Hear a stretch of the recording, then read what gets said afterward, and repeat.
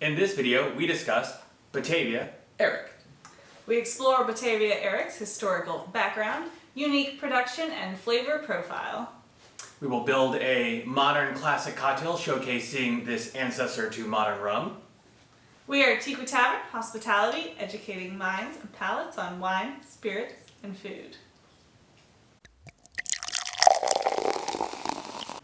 Indonesia, with the help of the Dutch and Chinese influences, produces a sugarcane distillate called Batavia Arrack.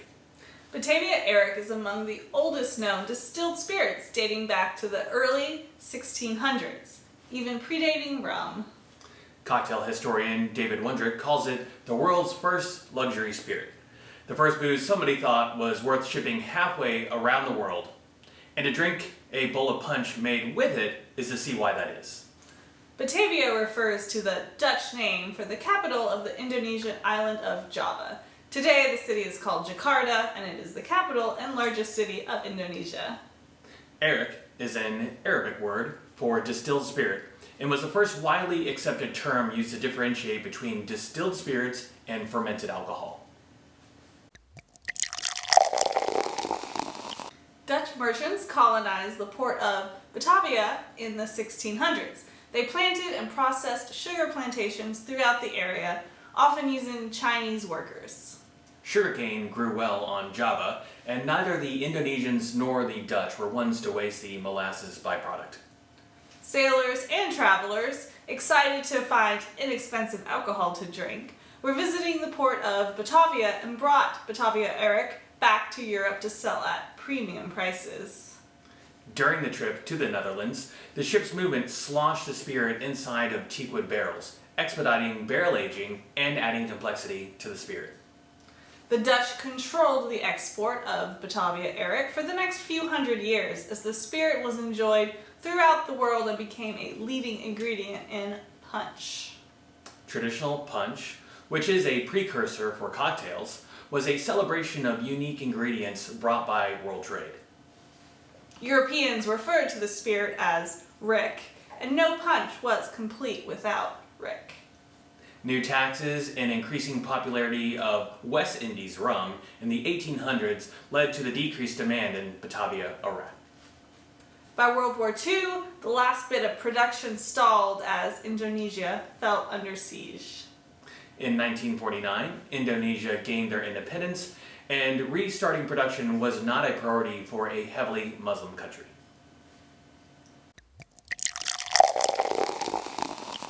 Batavia Arrack showcases the best flavors of modern rums because of the mix of Eastern and Western production methods. The Chinese method of adding fermented red rice differentiates Batavia Arrack from other sugarcane distilled spirits, adding a vegetal funk, which we love. Batavia Arrack is distilled today with approximately 98% sugarcane and 2% Java red rice. However, cocktail historians believe back in the 1600s it was made with 4 parts molasses, 2 parts rice, and 1 part palm sap. The process also uses the Chinese style of a dry fermentation by mixing the rice with the water and molasses first. Separately, molasses is combined with palm sap for a Western-style wet fermentation. Then, the liquid from the rice and the molasses palm mix are combined for further fermentation. Finally, a Chinese-style egg-shaped still, as opposed to a more traditional column still, are used. The Europeans added condensing coils and redistilled up to 3 times.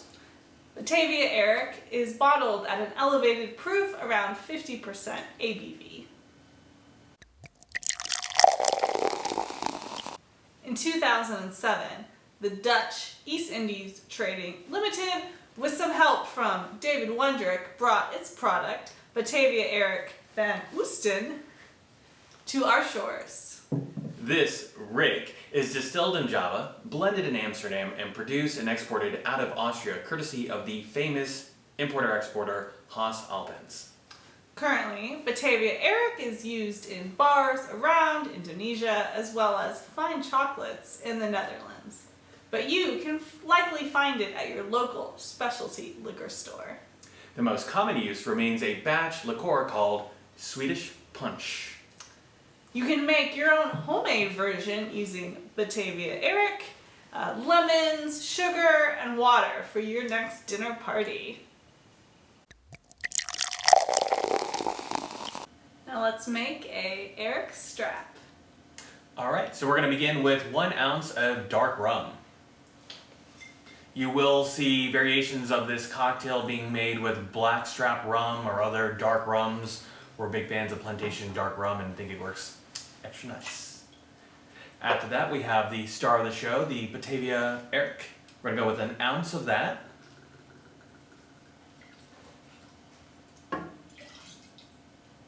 Next, we have 1 ounce of sweet vermouth.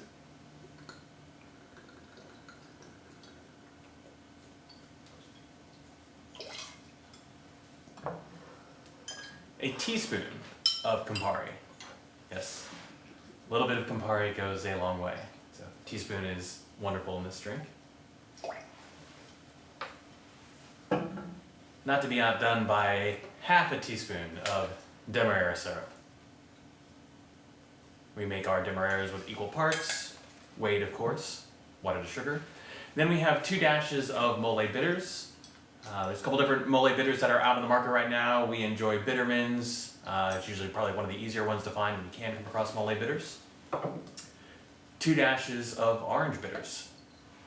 Now Shen has put all that into the mixing glass. Going to add ice. Give this a stir. Now this recipe was created by Brad Farron in 2021 at Death & Co. And he adds that at some point, every Death & Co. bartender takes on Arrack. So, it's a fun thing to play with. And it hasn't been around that long, so there's a lot of fun things you can try with it and maybe create something unique. But we wanted to showcase a modern classic. Alright, as always, please pre-chill your glass.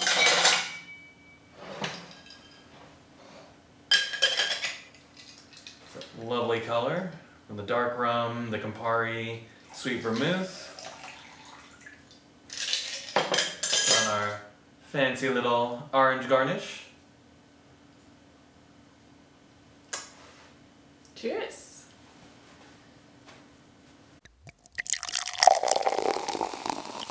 We hope you enjoyed learning about Batavia Arrack. There are many types of rum to explore, but now you know why Batavia Arrack is particularly special. If you like reading about wine and spirits, head to tequatavern.com where we post articles about topics ranging from aquavit to chartreuse. If you enjoyed this video, please subscribe to our channel here. If you'd like to see another video just like this one, please click here.